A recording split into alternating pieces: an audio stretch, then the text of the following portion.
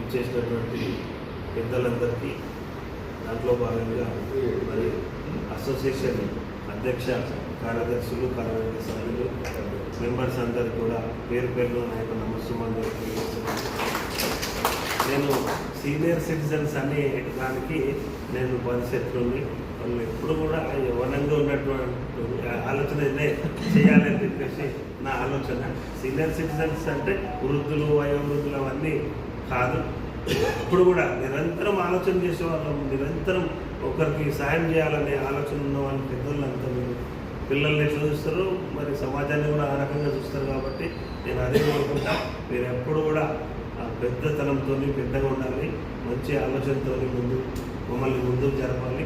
ఏదన్నా మేము పొరపాటున ఏదైనా చేసినా మీరు సర్దిద్దే వాళ్ళు కాబట్టి మిమ్మల్ని అదే రకంగా నేను ఎప్పుడు నమస్కరిస్తూ చేతులెత్తి పైకి గర్వంగా మీరు అంటే మేము కూడా పిల్లలు గర్వంగా ఉంటామని చెప్పి సందర్భంగా తెలియజేస్తున్నాం. ముఖ్యంగా ఈ మనం ఎంతో చేస్తాం, ఎంతోమందికి ఏదో రకంగా చేస్తాం, అది ముఖ్యం కాదు. శాశ్వతంగా మనం ఇలాంటి ఏం చేసినా ఎప్పటికీ జ్ఞాపకంగా ఉండేవి మనం చేయాలనేది నా యొక్క కాంక్ష.